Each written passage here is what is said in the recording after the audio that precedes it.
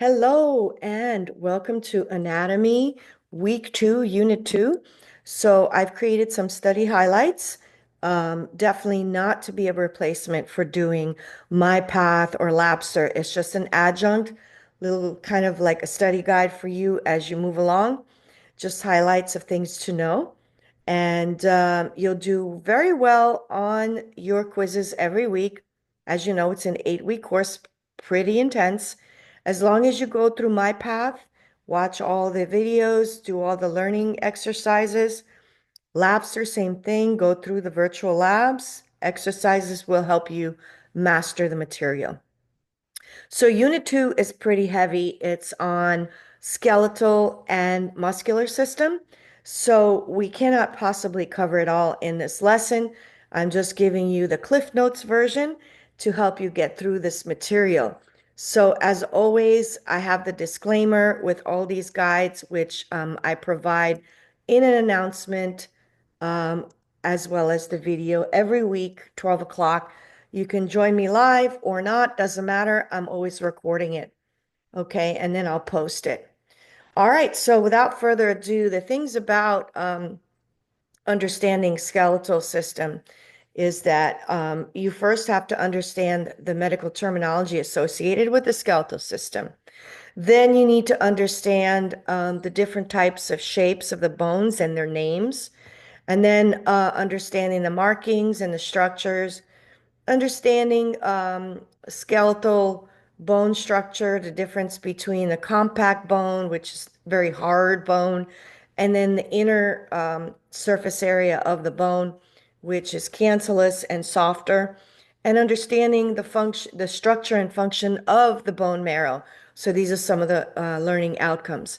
So now when it comes to understanding the terminology in the skeletal system portion, you must remember that ankylo, the prefix means bent or crooked. Arthro means joint. Burso means sac. And we have these bursal sacs over bony prominences to prevent the skin from breaking down. It's also for protection, right? So, and then we have osteo, which means bone. It comes from Latin, it means bone. Now, the function of the skeletal system is that it provides structure to the body. It facilitates movement via joints, and the muscle attachments themselves are like a lever system pulling and allowing the two bones to either come closer together or further apart. So just think of your elbow. When you bend it and flex it at 90 degrees, you're reducing the angle. You're bringing the two bones back together, closer to each other. And that's what a joint is. And the muscles are the lever system, which pull and allow these two bones to come closer together. Now, the other purpose and function of the skeletal system is that it protects the internal organs, such as the skull, protecting the brain, also making sure that you understand that our inner surface area of bone contains what's called bone marrow. Hematopoiesis is the development of red blood cells and white blood cells in that location. So very important. Our white blood cells are the immune system, and our red blood cells transport our oxygen via the hemoglobin. So very important to have the functioning of the bone marrow. Now, electrolyte balance is also maintained when there's low calcium levels in the blood. The bone will break down some of that calcium thanks to a hormone. It's called parathyroid hormone. And some of the calcium will be released in the blood to maintain calcium levels. Why? Because calcium is an inherent part of muscle contraction. It is needed for muscle contraction, including for your heart to contract. So when calcium levels are dangerously low, that's when PTH kicks in, parathyroid hormone from the parathyroid gland located behind the thyroid gland.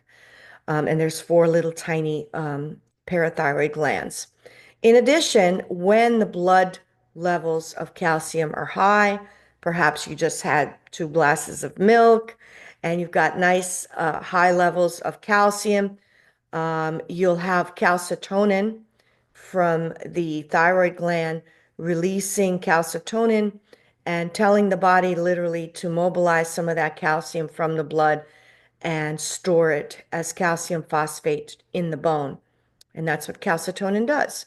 It calls upon these bone cells called the osteoblasts to build bone, and therefore the calcitonin stimulates the osteoblast, B for build, to build bone and take some of that excess calcium from the blood and store it as calcium in the bone. In addition, our body is also maintaining acid base balance due to the buffer blood. It acts as a buffer against any pH changes. So you can see our skeletal system is super important because calcium can act as a buffer and maintain a neutral pH that we need. All right, in addition, we're going to talk now about this anatomy of the skeletal system. We have the axial and the appendicular, which attaches. So the axial is our cranial bones, our facial bones, our vertebral column, and our thoracic cage. Everything else detaches and attaches. So think about your clavicles, the scapula, which are your shoulder blades behind you. Your upper limbs can detach, right? Amputation, think about that. Your lower limbs, your pelvic girdle, meaning the hip bones, okay? The ilium, the ischium, the pubis, all right? And the lower extremity, which consists of the femur bone, which is the largest bone in the body, the tibia fibula, which consists of your lower leg, and then your metatarsals, your tarsals, metatarsals, and phalanges. All right, so let's keep going. The long bones are longer than wide, so an example of that is the femur. Short bones are equal in length and width. Those would be your carpal bones of the hand. These are the metacarpals, and these are the carpals. So the metacarpals connect with your phalanges, which there is a proximal, middle, distal phalange. Except for the thumb and the big toe, it only has a proximal and a distal phalange, no middle. But all the other four fingers and all the other four toes, other than the big toe called the hallux and the thumb called the pollex, all the other fingers have a proximal, middle, and distal phalanx. Okay? But the thumb and the big toe only have a proximal and distal phalanx, no middle phalanx. So proximal, middle, distal. And you can see that because there's three creases, and you can see that you have three little bones in your fingers. All right. Now, the carpals are your wrist bones, and the tarsals are your foot bones. Okay. Flat bones, think about your sternum, all right, is pretty flat. Irregular bones, think of your vertebrae, they're very irregularly shaped. Your sesamoid bones, basically think of your patella, which is your kneecap. You also have sesamoid bones in your pollex, okay? In terms of histology of bone, we have compact bone, which is the dense outer layer of bone. And then inside the bone itself, it's kind of spongy or otherwise known as cancellous bone. And it's lighter and it's porous. And this is basically purposely designed this way. And then in the center, we have that bone marrow. The bone matrix is composed of collagen fibers and mineral salts such as calcium phosphate. The bone marrow is a canal along the inside of the bone. Just surrounding it is your spongy cancellous bone. Only the outer shell is compact bone. If you've ever drilled through wood, you'll notice that there's big resistance at the beginning, then it kind of drives through really easily, soft inside. But then when you hit the outer aspect on the other side, there's resistance again. That's just the same with compact bone. Because when I used to fix bunions or when I did amputations, using the electric saw, we would feel the resistance on the cortex or compact bone. And then if I put a screw, it would go very easily through the cancellous bone, and then I would feel resistance on the other side, and you always wanted to have at least 2 to 3 threads sticking out, but not too many, because then that's going to irritate the soft tissue for the patient. So that's how I use the analogy of understanding compact versus cancellous bone. And then in that cancellous bone, surrounding the cancellous bone on the inside is a canal, and that would contain your bone marrow. And there's 2 types of bone marrow: red bone marrow, which is the production area of red blood cells found in flat bones and the ends of long bones. And then you have yellow bone marrow, which will store fat, and it's found in the central cavity of long bones. All right, now bone growth and development. You have different types of bone growth. You have endochondral ossification. This is when we're replacing hyaline cartilage, which is what you're born with, and it's really soft, okay? Um, so endochondral ossification happens along long bones to the point where eventually only the ends of the bone have that hyaline cartilage that we like to maintain throughout our life, but unfortunately osteoarthritis kicks in, and erosion of that hyaline cartilage bone on bone is what causes the pain associated with osteoarthritis. So that's endochondral ossification. Now, intramembranous ossification. This is when the bone develops directly from mesenchyme. An example of that is flat bones of the skull. Bone remodeling occurs when, like, let's say you have had a fracture. So after you've healed from your fracture 4 to 6 weeks, from 6 weeks to a year, you're going to get bone remodeling. Appositional growth means growth in bone thickness. This happens frequently with the hormone surge of puberty. The surge of testosterone will increase the thickness in male bone versus female. The male bone is thicker. Now, that's not to say that females don't have testosterone. We certainly do. And testosterone is so important to females as well for normal function. Including metabolic function. So it's just that the difference between the male and the female is that in the male, the testosterone is higher, the estrogen is lower. In the female, the estrogen is higher, the testosterone is lower. But either way, when a woman hits menopause, when they do the hormone replacement therapy, we're not just looking at estrogen. For a woman to stay healthy, with healthy bones, she needs not just replacement of estrogen, but also replacement of progesterone and replacement of testosterone. So women will take supplements for that. All right, now joints. So joints, basically, you have different types of joints. You have fibrous joints, which are basically fixed. So think of the sutures in your head. If you don't know what that is, you can Google it. You have to learn about the sutures.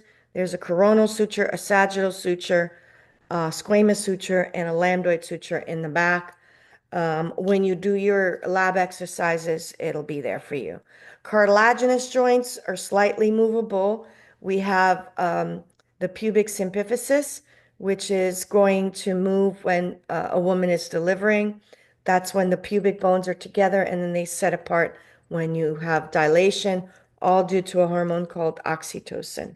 And oxytocin, which we're going to learn about when we do endocrine, undergoes positive feedback. It's one of the few that undergoes positive feedback and not negative feedback. What does positive feedback mean? That once it's released, there's a stimulus for more release of more of that hormone. So that's what that slow and steady increase of oxytocin will eventually reach to the climax of full contractions, only 2 minutes apart, and eventual delivery of the baby. Now, I tend to go off on tangents, but believe me, it'll come back and revisit you. So I kind of want to show you that everything is connected and everything is layered. So you really need to know the foundation before you get to the next lesson. All right, now synovial joints. These are the freely movable joints. Think about your triplanar motion. What is triplanar motion? Movement in three planes. Sagittal, which we learned unit one, right? Sagittal plane motion. This is sagittal plane motion. Remember the piece of paper I used last week? All right, so sagittal plane motion, frontal or coronal. This is that lateral flexion of the head. All right, and then there's transverse. If I put the paper here, I'm moving in the transverse plane, saying no. When I'm saying yes, that's sagittal plane. When I'm saying no, that's transverse plane. And here's my frontal plane or coronal, and that's the bobblehead, right? Lateral flexion. So my shoulder is moving in all three planes when I'm rotating it. Okay, not all joints work like that. Only your shoulder and your hip. Now your elbow only works in a sagittal plane, flexion extension.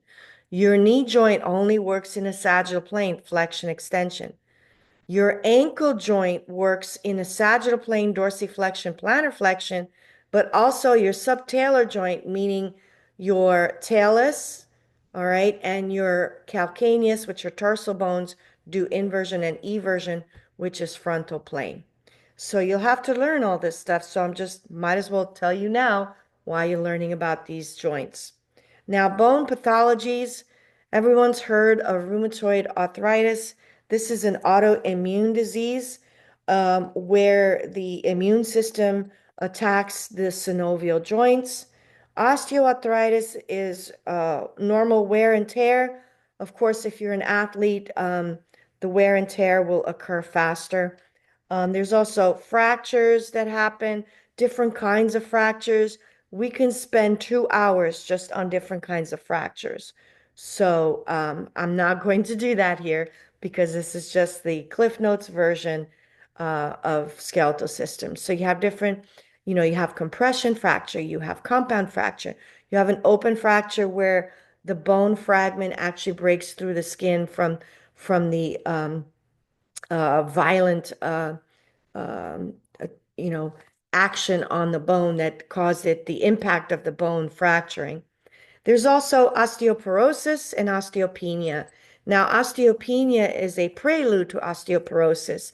So if you're in your 50s and you have osteopenia, you really have to exercise, get your calcium, make sure that you take your vitamin D, do walks and gentle exercise to improve your bone density. Now, osteoporosis, on the other hand, it's too late.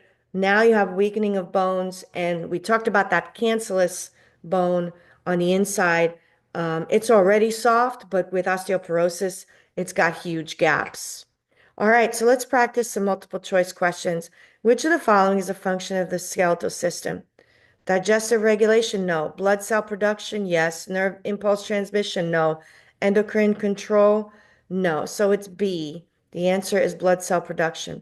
The axial skeleton includes all of the following except, okay, so yes to skull, yes to vertebral column, yes to ribs, no to pelvis. Remember, the pelvis is detachable.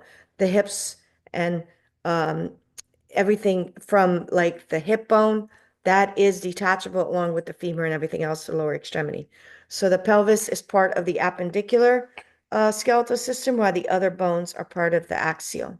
All right, which bone type is found in the wrist? Well, definitely not long bones, definitely not flat bones. It's going to be short bones.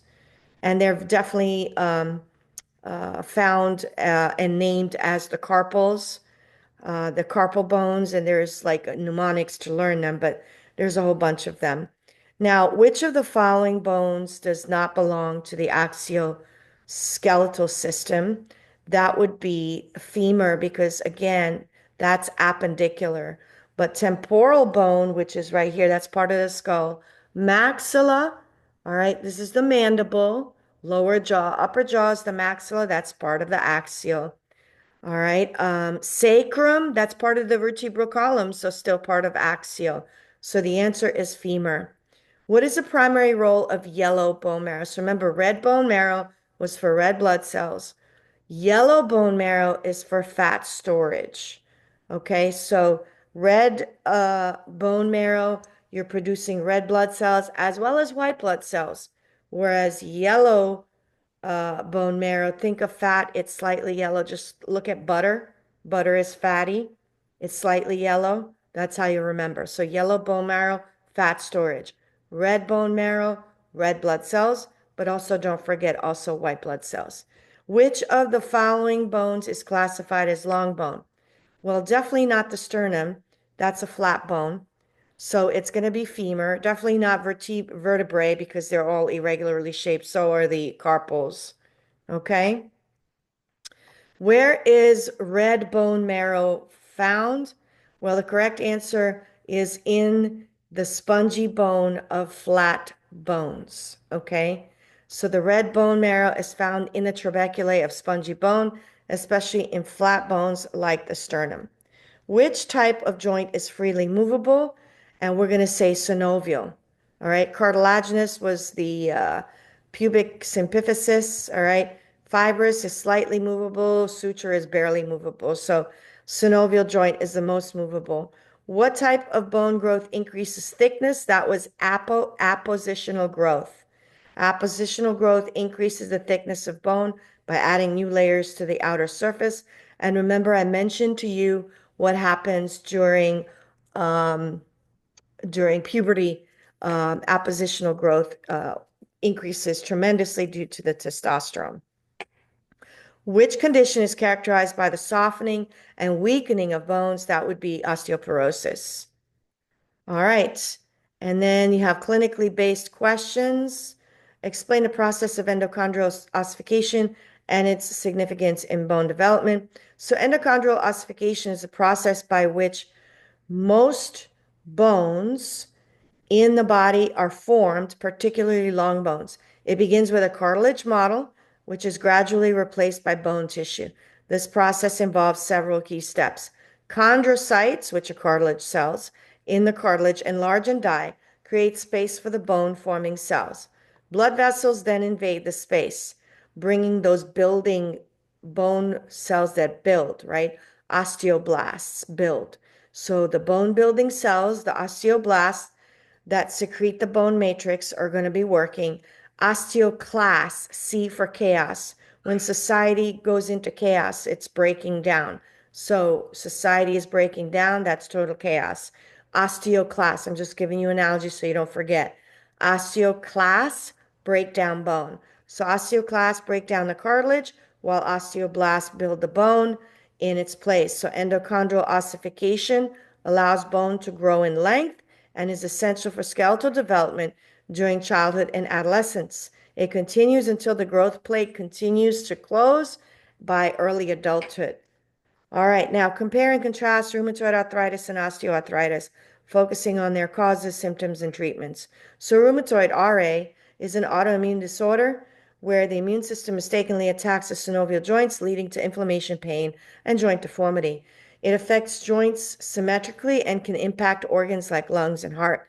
Treatments include anti-inflammatory drugs, immunosuppressants, and physical therapy. OA, or osteoarthritis, is a degenerative joint disease caused by wear and tear on the cartilage between bones. It leads to pain, stiffness, and limited range of motion, particularly in the weight-bearing joints like the knees and hips. Unlike RA, it typically affects joints asymmetrically. So treatment for OA is pain management, physical therapy, and then sometimes joint replace therapy. All right. And just remember the histology. I'm going to go over a few things. Osteoblasts build, osteoclasts break down. Compact bone is basically made up of what we call haversian systems. Inside a haversian system is an osteonic canal. The layers are called lamellae, and the little canaliculi are tiny canals through which nutrients can pass from one osteon to another. So cancellous bone, on the other hand, is loosely organized as trabeculae. They're found in small bones, skull bones, and epiphysis. So filled with red marrow, reduced bone weight without compromising strength. And don't forget, this is a review, hyaline, elastic, and fibro. Hyaline, you're going to find in the nasal cartilages, costal cartilages, and articular cartilage. Elastic is found in the pinna of the ear, so you can stretch your earlobe a lot. And the epiglottis, which closes off your trachea when you're swallowing water or food, because you don't want the food to go down the wrong pipe, right? You want it to go down the esophagus and not down the trachea, because that would be aspiration. It can cause death, and it can, infect the lungs, and all kinds of nasty things happen. So thank your epiglottis every day for closing on time when you're swallowing. It is a reflex, and it is dependent on a nerve. And yes, as you age, your nerve transmission diminishes, and the increased chance of choking uh, ensues because of that. Now, fibrocartilage, this is basically the tough cartilage that we have. When we're jumping, we don't want our vertebrae to crunch against each other. So in between the vertebrae, we have a shock absorber called the intervertebral discs. In between the femur and the tibia, and of course the floating fibula laterally, but the tibia and the fibula articulate with each other. That's your knee joint. In between the femur and the tibia are the menisci. Singular is called meniscus. Two of them are menisci. You have a medial meniscus and a lateral meniscus, and it's a shock absorber. And then, of course, the pubic symphysis, also fibrocartilage, that will thin out and loosen up during childbirth. But the fibrocartilage typically is tough so that the pubic bones don't bump against each other. So don't forget all of that. Now let's go over the anatomy of long bone. The ends of the bone is called epiphysis. The shaft of the bone is called diaphysis. The periosteum is think of like a knee-high sock over your shin. It is your covering. It covers the diaphysis, the shaft. And it also, there's another one called the endosteum, which is a lining that covers the bone marrow cavity. Now, why is this important? Because it provides blood supply. So the periosteum provides blood supply, and it's connected by these little tiny fibers called Sharpie's fibers, which attaches the periosteum to that compact, tough bone that I mentioned, which consists of those osteons.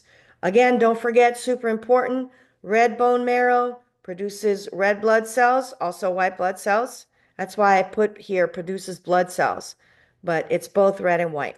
Yellow bone marrow stores the fat. Where is that stored? Found in the marrow cavity of the diaphysis. Okay. Now let's go over joints. This is new stuff, so let's go over joints. Fibrous joints, basically bones connected by fibrous tissue. An example of that are the sutures of the skull. Cartilaginous joints are bones connected by cartilage. Synovial joints are basically lined up by synovial membrane with synovial fluid in the joint cavity. So there's different types of synovial joints. We started talking about that at the beginning of this lesson. Hinge joints, those are one direction, sagittal plane only. Think of the knee and the elbow. Ball and socket joint, we talked about triplanar motion of the shoulder and the hip. It means it moves in all three planes: frontal, sagittal, and transverse. Saddle joints, you're only going to find in your thumb joint. Gliding joints, think of your carpal wrist bones and your foot bones. They glide, so you can do this movement here, okay, which is like the queen hello. Gliding joints, that's what that is. Now, ellipsoid joints are side to side, back and forth movement, such as the wrist. And pivot joints, think of the atlas, which is C1, and the axis, which is C2. These are the cervical bones: C1, cervical 1, C2, cervical 2. And it's a pivot. Allows you to rotate your head all three directions. And that's what a pivot joint is. All right, and don't forget, this is just a review again. Intramembranous ossification forms flat bones like the skull. Osteoblasts deposit spongy bone and form a compact bone layer. Endochondral ossification forms most bones, such as long bones. For example, cartilage models calcify, osteoblasts deposit bone, And that's how you become ossified, literally from cartilage model to a bony model. Now, bony growth is always going to occur. Long bones grow at the epiphyseal plate until they fuse after puberty. But appositional growth, increase in thickness, will always happen, but especially at puberty. Bone remodeling occurs throughout your life, especially if you have injury. By the way, just a little side note, 5 years ago you had a different skeletal system. So our bones are constantly replacing old bone with new bone. So to the point where 5 years later, there's no more of the old cells. You have new bones representing your skeletal system. All right, so mineral deposition to the skeletal system is calcium phosphate.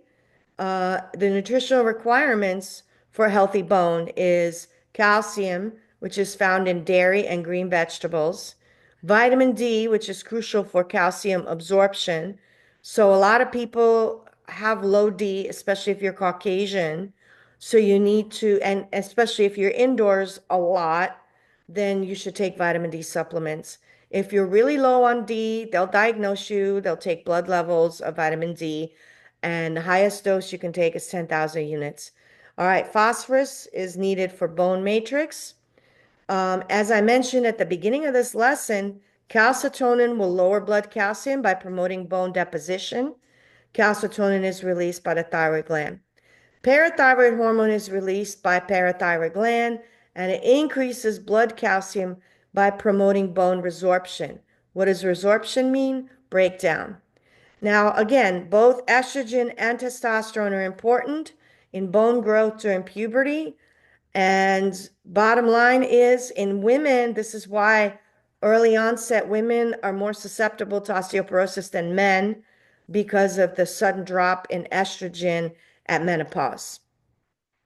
All right, now I am going to kind of go over the different types of fractures very briefly. A closed fracture does not pierce the skin. An open fracture does pierce the skin. A complete displaced fracture requires surgical intervention, open reduction, internal fixation in the operating room with screws and plates if it's really misaligned. Fracture healing, this is how it happens. First 48 hours, hematoma forms, which is a blood clot. After 48 to 72 hours, fibrocartilage callus formation. After 72 hours to 4 weeks, hard callus formation. 4 to 6 weeks if you're older, or if there's a delay in bone healing, it's 6 weeks. In older people that is 65 and up, it could be as long as 8 to 10 weeks. And then, of course, bony remodeling with osteoclast breaking down and osteoblast building. That's part of that bone callus that constantly remodels for up to a year after a fracture. All right, so which type of cartilage is found in intervertebral discs? Fibrocartilage. Okay, what type of bone tissue is organized in osteons? Compact bone. Compact bone is highly organized into osteons, aka also known as Haversian systems, providing strength and rigidity. What is the primary function of osteoclast? C for chaos, breakdown. So bony resorption. So destroy bone. So that's the answer, C, destroy bone tissue. Which type of joint allows rotational movement, such as the atlas on the axis? That would be a pivot joint. Which process forms the longest bones in the body? Endochondral ossification, not appositional, because that's thickness, definitely not intramembranous. Long bones are formed by endochondral ossification. Which hormone increases calcium absorption from the small intestine? That would be calcitonin, parathyroid. Is it vitamin D? Is it testosterone?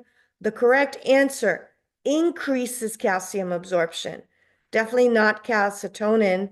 That has to do with bringing the calcium from the blood to bone. Definitely not parathyroid hormone. That has to do with breaking down bone and bringing in the blood. So it's vitamin D because it increases the reabsorption of calcium. All right. also AKA known as calcitriol. What does testosterone do? Increase bone thickness, all right? Appositional growth. Which joint makes the bone stronger? And that's what testosterone does. Okay, now which joint is classified as a hinge? Is it the shoulder? No, that's ball and socket. Is it the thumb? No, the thumb is sliding. Definitely not wrist. Okay, so it's elbow joint is a hinge joint, moving in one direction, sagittal plane. Which of the following bones contain red bone marrow in adults? That would be the epiphysis of long bones. Red bone marrow is found in the epiphysis, meaning the ends of long bones. What is a term for a fracture where the bone is broken into many pieces? That would be comminuted fracture. Okay. Which of the following is true regarding bone remodeling? Bone remodeling is a constant process. Remember, I said that. All right. Now, clinically based essay questions describe the process of bony remodeling and its importance in maintaining homeostasis. Bone remodeling is a dynamic process that involves both osteoclasts, which break down bone, and osteoblasts, which build bone. This process is essential for maintaining bone strength and adapting to mechanical stress. The law of action reaction is called Wolff's Law. The more pressure you put on bone, the more bone will produce more bone. This is why if you're in a cast and they do an x-ray, the bone looks translucent because there's loss of calcium. That is why they encourage physical therapy after fracture healing. Yes, the fracture healed in the cast, but you've lost bone density due to disuse, due to lack of pressure on that bone, just so you know. So that is the reasoning behind it. Now, when blood calcium is low, as I mentioned at the beginning of this lesson, parathyroid hormone kicks in, stimulates the osteoclasts to resorb bone or break down bone, releasing calcium into the bloodstream.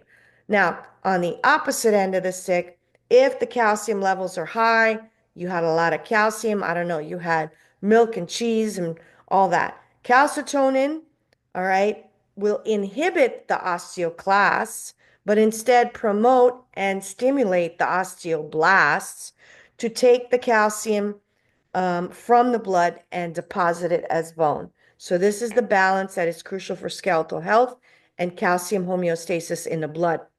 Compare and contrast the roles of osteoblasts, osteoclasts, and osteocytes.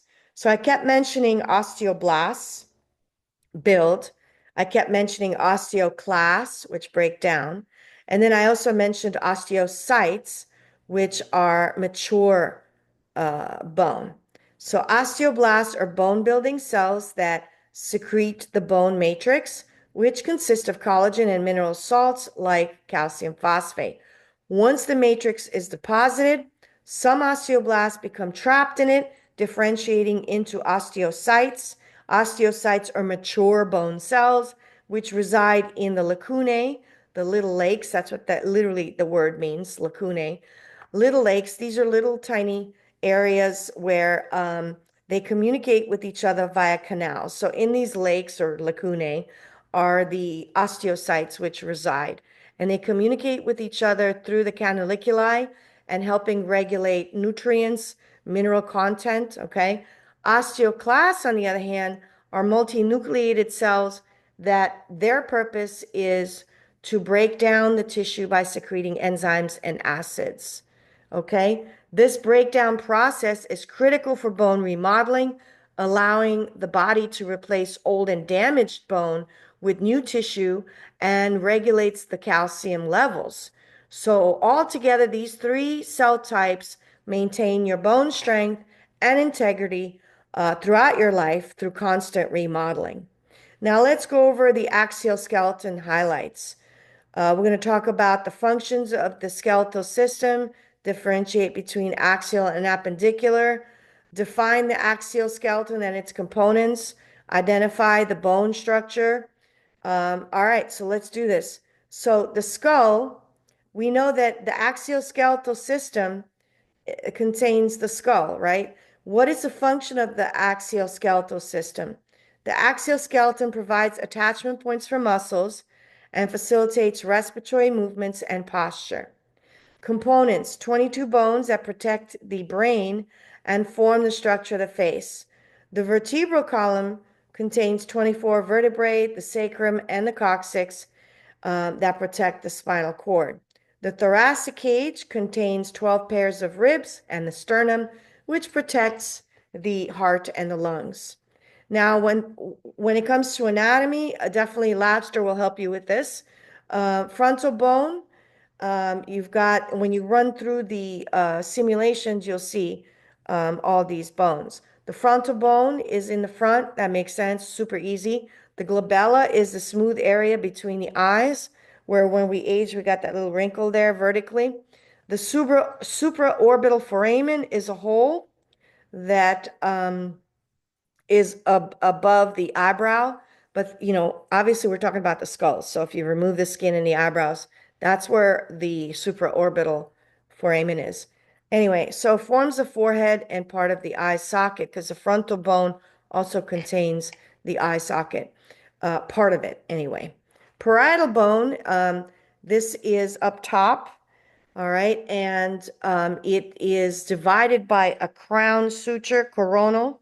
Think of crown if you're wearing a crown, and a sagittal suture, which cuts straight across, equally dividing the left side of the parietal bone and the right side of the parietal bone. Temporal bone is on the side. You have bony landmarks there, the external acoustic meatus, which is posterior to the ear canal. The mastoid process, which is the large projection, which you can actually palpate.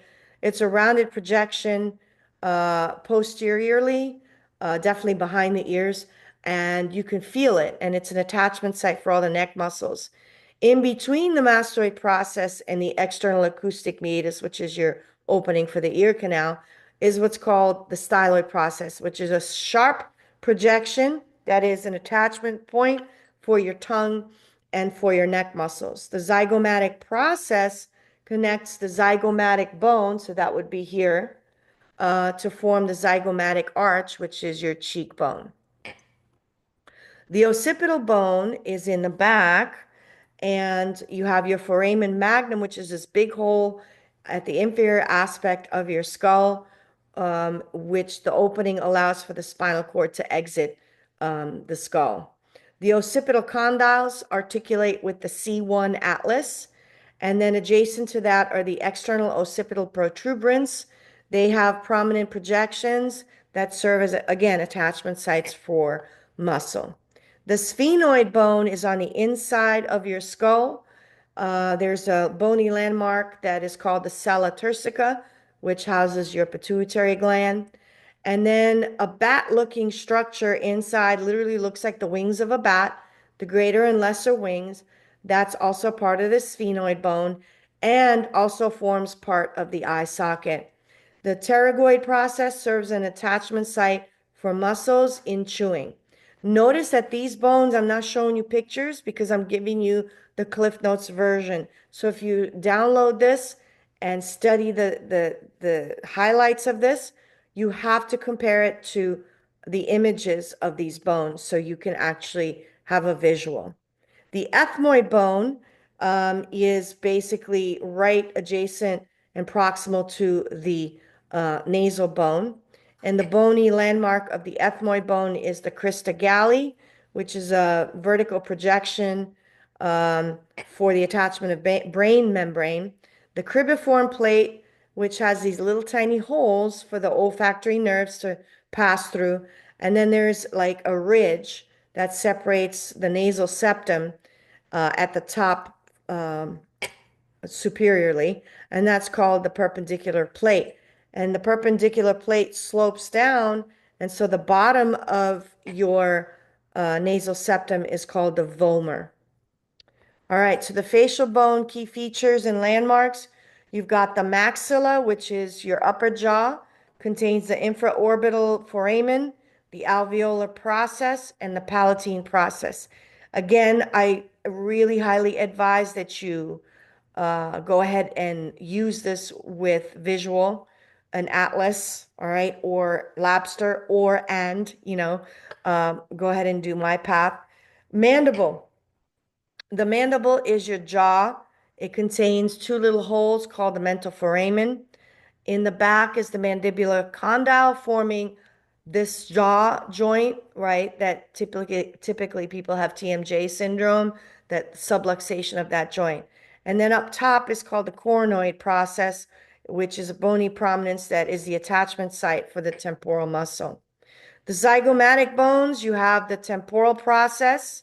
The temporal process joins with the zygomatic process to form the zygomatic arch. Now, I'm going to have to charge up my computer because I see I'm running low and I don't want to not finish this lesson. So give me 1 second. All right, using my laptop. Let me put the light closer to me so you have good lighting. Okay, so where was I? I had just finished temporal process, which joins with the zygomatic process, forming the temporal bone to basically create that zygomatic arch, your cheekbones. All right, then you have your nasal bone, which forms the bridge of the nose. The palatine, all you have to do is stick the tongue at the hard palate, the top of your tongue, the top of the roof of your mouth. Put the top of your tongue there. That's the hard palate. That typically gets burnt when we eat hot pizza, right? And then take your tongue all the way to the back. That's the soft palate. So those are the palatine bones.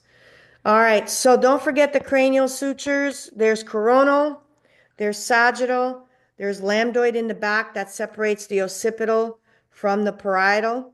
Don't forget the parietal is separated by the sagittal suture. Coronal separates your frontal bone from the parietal, and then the squamous helps separate the temporal from the parietal and everybody else. All right, C1 is the atlas. And C1 is super important because it's a tiny little bone that holds a 4-pound brain and a skull.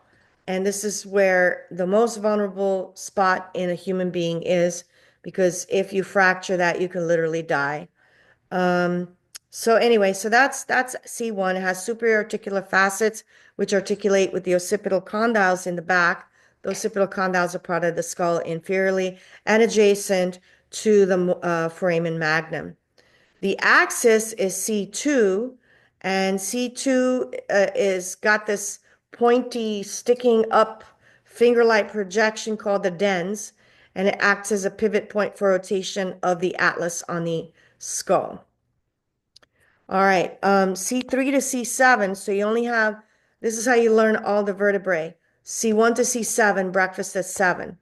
Lunch at 12, there's 12 thoracic. Dinner at 5, there's 5 lumbar, okay? So now you won't forget. So breakfast at 7, there's 7 cervicals. So C3 to C7, you have these airplane wings coming out called the transverse processes. And the spinous process is basically that pointy area that you can feel, palpate down your spine. And some of them from C2 to C6, they're forked. Okay, it kind of looks like a fishtail.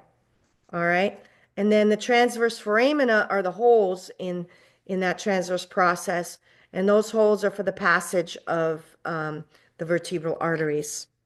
Now, thoracic vertebrae, these are, and they look like a giraffe, literally, these bones, because they have this long spine. The long spine kind of looks like the nose of a giraffe. At any rate, there's 12 of them, 12 thoracic vertebrae, and they articulate with the head of the ribs. The transverse costal facets articulate with the tubercle of the ribs. They face downward, they point downward with the spinous processes so that muscles and ligaments can attach.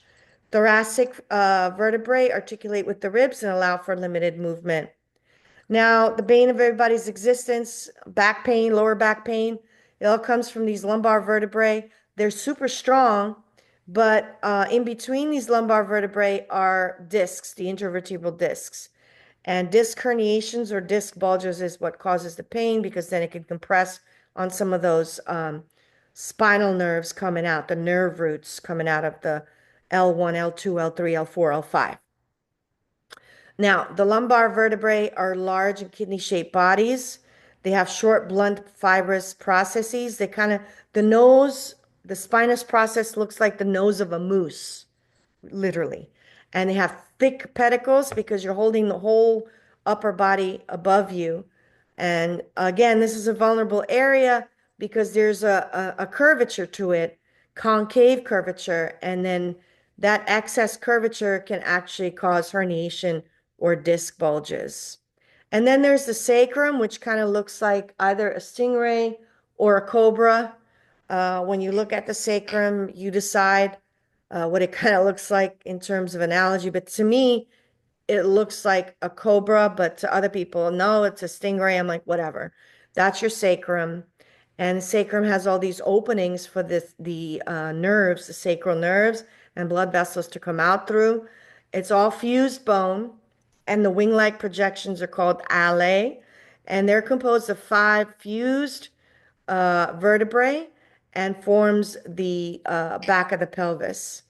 Now, the coccyx bone is your tailbone, and it is basically at the base of the vertebral column, and it's formed by four fused vertebrae. And God help you if you fall on that and fracture it, because everything hurts. Whether you sit or stand or walk, it always hurts. And there's no way to immobilize it. You just have to wait it out till it heals. Now let's go over the thoracic cage. The thoracic cage, I'm going to make sure I'm still recording because I know that Herzing only allows you 1 hour.